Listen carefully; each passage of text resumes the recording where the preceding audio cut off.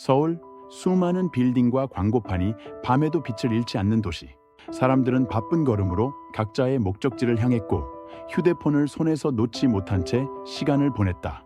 삶은 분주했고 행복은 눈에 보이지 않는 목표가 되어 있었다. 그런데 이 화려한 도시의 중심에는 어둠이 깃들어 있었다. IT 업계의 거물 강민혁. 그는 그림자 왕이라 불리며 사람들에게 희망과 고통 없는 세상을 약속했다. 그의 회사 엄브라테크는 누구도 흉내 낼 수 없는 기술력으로 세상을 장악하고 있었다. 엄브라테크의 가장 유명한 제품은 이든이라는 가상현실 장치였다.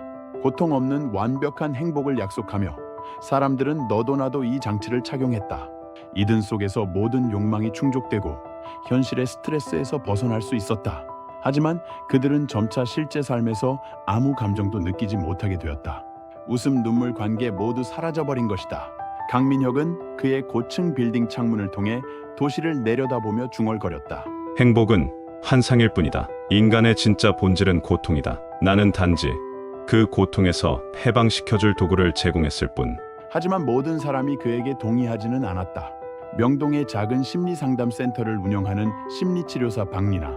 그녀는 가상현실에 빠져 무기력해진 사람들에게 진짜 자신을 되찾아주는 일을 하고 있었다. 리나는 엄브라테크의 영향력이 커져가는 것을 두려운 마음으로 지켜보고 있었다. 많은 사람들이 이든 속에서 살아가고 있었고 그녀의 내담자들 중 대다수는 이 장치를 사용한 후 모든 감정을 잃었다고 고백했다. 그러던 어느 날 칼럼이라는 괴짜 같은 청년이 상담소 문을 두드렸다. 그는 지친 얼굴로 말했다. 박리나 선생님, 당신만이 우리를 도울 수 있습니다. 리나는 의아해하며 물었다. 어떤 도움을 말씀하시는 건가요? 엄브라테크에서 일했던 엔지니어로서 말할 수 있어요. 강민혁이 만든 이든은 단순한 도구가 아닙니다. 그건 감정을 수집하는 장치예요. 사람들의 억눌린 고통과 절망을 모아서 베일을 작동시키고 있어요. 베일이요? 그게 대체 뭔가요? 베일은 인간의 절망을 증폭시키는 시스템입니다. 사람들이 고통에서 벗어나기 위해 더 깊이 이든에 의존하도록 만드는 장치죠. 강민혁은 행복이 아닌 고통으로 세상을 지배하고 있습니다. 하지만 이걸 멈출 방법이 있습니다. 리나와 칼럼은 뜻밖의 동맹을 맺게 되었다. 리나는 심리치료사로서 사람들에게 내면을 되찾게 해주었고 칼럼은 엄브라테크의 내부 시스템에 대한 지식을 바탕으로 베일을 파괴하려는 계획을 세웠다. 그들은 강민혁의 과거를 조사하며 그가 어떻게 그림자 왕이 되었는지 알게 되었다. 그는 어린 시절부터 주변 사람들에게 외면당하며 극심한 고독 속에서 성장했다. 사랑했던 사람들에게 배신당한 후 그는 인간의 고통에서 자유로운 세상을 만들겠다고 결심했다. 하지만 그의 방식은 모든 고통을 없애는 대신 인간성을 지워버리는 길이었다. 리나와 칼럼은 결국 서울 강남의 엄브라테크 본사로 잠입하게 된다.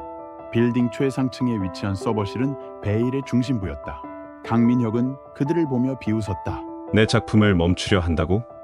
어리석군. 사람들은 고통에서 벗어나고 싶어해. 내가 그들에게 제공한 건 바로 그것이다. 리나는 단호하게 말했다. 고통에서 벗어나고 싶어 하는 건 맞아요. 하지만 그 과정에서 그들이 진짜 삶을 잃고 있다는 걸 아세요? 행복은 고통의 부재가 아니에요. 고통 속에서도 의미를 찾는 겁니다. 강민혁은 잠시 흔들리는 듯 했지만 곧 표정을 굳혔다. 그는 베일을 활성화하며 도시 전역에 절망의 파동을 퍼뜨리기 시작했다. 칼럼은 시스템을 해킹하며 필사적으로 베일을 멈추려 했다. 리나는 강민혁에게 다가가 마지막으로 말했다. 당신이 겪었던 고통, 그건 진짜였겠죠. 하지만 그 고통이 당신을 정의하도록 내버려 두지 마세요. 사람은 고통이 아니라 그것을 이겨내는 과정에서 만들어지는 겁니다. 아직 늦지 않았어요. 그 순간 강민혁은 리나의 말에서 자신을 보았다. 그의 손은 떨렸고 그는 깊은 숨을 내쉬며 서버를 종료했다. 엄브라테크는 해체되었고 강민혁은 자취를 감췄다. 그는 리나에게 손으로 쓴 편지를 남겼다. 당신이 옳았습니다. 행복은 추구하는 것이 아니라 고통을 내려놓고 의미를 찾는 과정에서 만들어지는 것이었습니다. 감사합니다. 리나는 여전히 명동의 상담소에서 사람들을 만나며 그들에게 삶의 회복력을 되찾아주고 있었다. 서울은 이제 다시 숨을 쉬기 시작했다. 사람들은 더 이상 행복을 쫓지 않고 고통 속에서도 자신만의 평화를 찾아가며 하루하루를 살아갔다.